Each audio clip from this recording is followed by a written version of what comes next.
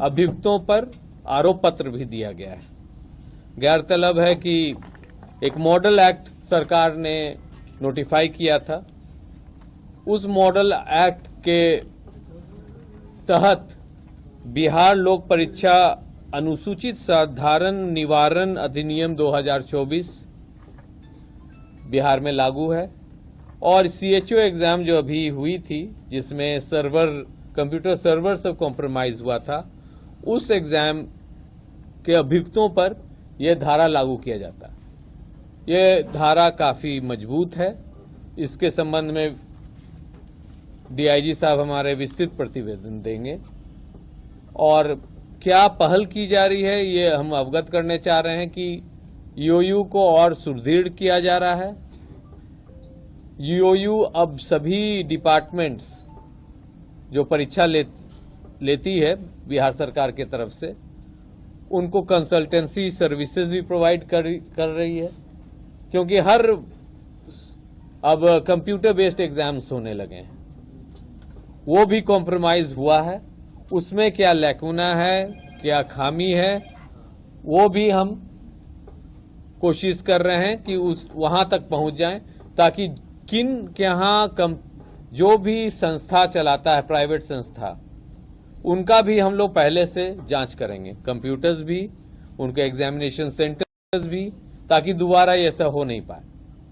जहां की कानूनी कार्रवाई के संबंध में है, डाटा बैंक बनाया जा रहा है। पिछले 10-12 साल में बिहार राज्य में, पड़ोस राज्यों में जो भी संगठित ऐसे गिरोह हैं, उनकी पूरी हुलिया ली जा रही है। फिर से मैं बताना चाहता हूं कि 2005 से पीएमएलए एक्ट लागू है। तो ये संगठित अपराधी अगर बिहार में कार्य करेंगे और उनके पास अकूत धन क्राइम के मार्फत जमा हुआ है, तो पीएमएलए के तहत भी हम लोग ईडी के मार्फत इनकी कमाई को जब्त करने के प्रयास करेंगे। जहां की आउटरीच की सवाल है, ईओयू के पास डेडिकेटेड, आप लोग को सब मालूम है कि व्हाट्सएप नंबर भी है, ईमेल आईडी भी है।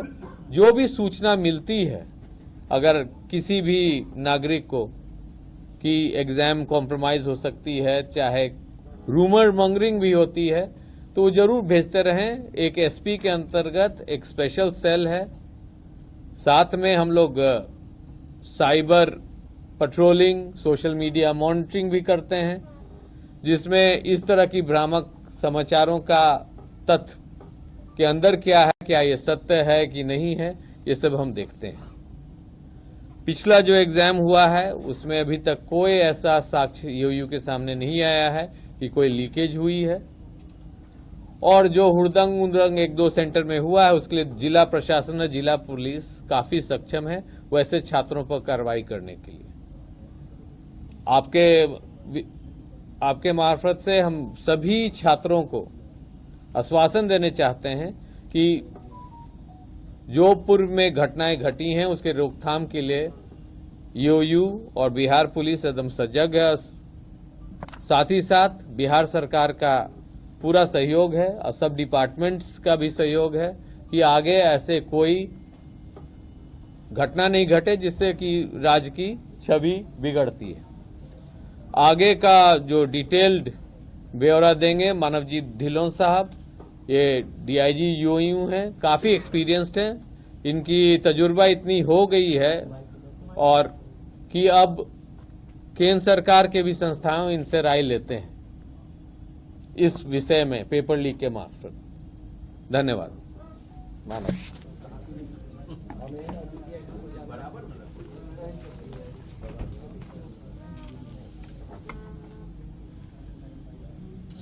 शुरू करें। बहुत बहुत धन्यवाद। जैसे कि सर ने प्रारंभ में बताया है कि बिहार पुलिस पूरी तरह से प्रतिबद्ध है। ये जो संगठित गिरोहों के द्वारा बार बार परीक्षा लीक के मामले हो रहे हैं और बिहार पुलिस में आर्थिक अपराध इकाई ही बिहार पुलिस की तरफ से नोडल इकाई है जो ऐसे सभी कांडों को और मामलों को, सूचना और आसूचनाओं को डील करती है। जैसे सर ने बताया कि इसी वर्ष आप सभी अवगत हैं कि वर्ष 2024 में ही बिहार सरकार के द्वारा बिहार लोक परीक्षा अनुचित साधन निवारण अधिनियम 2024 लागू किया गया है। ये एक बहुत ही अच्छा कानून है, इसमें इस प्रकार के प्रावधान किए गए हैं जो पूर्व में बिहार परीक्षा संचालन अधिनियम था उसमें नहीं थे। जैसे कि उदाहरण स्वरूप अब कोई भी परीक्षा लीक में यदि किसी संगठित गिरोह उसकी शामिल होने के तथ्य प्रकाश में आते हैं तो 10 वर्ष की सजा की गई है। पहले जो सजा थी, सजा बहुत कम थी और 1 करोड़ से लेकर 10 करोड़ तक फाइन का प्रावधान किया गया है। इसका एक और जो अच्छा फीचर ये है कि अगर कोई भी संस्थान, चाहे परीक्षा कंडक्ट करने वाली एजेंसी जिसको दिया गया है या फिर एग्जामिनेशन सेंटर्स हैं, उनकी संलिप्तता प्रकाश में आती है तो उनका भी जो चल और अचल संपत्ति उसको आइडेंटिफाई करके उनकी कुर्की जब्ती की जा सकती है और इसकी वजह से जो सरकार को नुकसान होता है परीक्षा संचालन, क्योंकि पैसा लगता है, सरकारी राजस्व की इसमें क्षति होती है, तो उसका कंपनसेशन किया जा सकता है। तो इसी मामले में जो भी आप जानते हैं कि जो CHO का, कम्युनिटी हेल्थ ऑफिसर्स का जो परीक्षा लीक हुआ है, पहली बारी बिहार राज्य में इस अधिनियम के तहत इस कांड को दर्ज किया गया है और इसमें जितने भी 12 के 12 ऑनलाइन एग्जामिनेशन सेंटर्स हैं उनके हम लोग स्वामित्व का हम लोग ब्यौरा ले रहे हैं मिनिस्ट्री ऑफ कॉर्पोरेट अफेयर्स से और GST की रजिस्ट्रेशन अथॉरिटी से, क्योंकि ऑनलाइन एग्जामिनेशन सेंटर्स वहीं से पंजीकृत होते हैं। और कुछ जैसे आप जानते हैं कि उसमें से 3 जो स्वामी थे एग्जामिनेशन सेंटर्स के, उनको हम लोग जेल भेज चुके हैं और जैसे ही चार्जशीट होगा और बाकी लोगों की संलिप्तता प्रकाश में आएगी तो उनकी चल और अचल संपत्ति की जो कुर्की और जब्ती की कार्रवाई हम लोग करेंगे और ये पहली बारी होगा।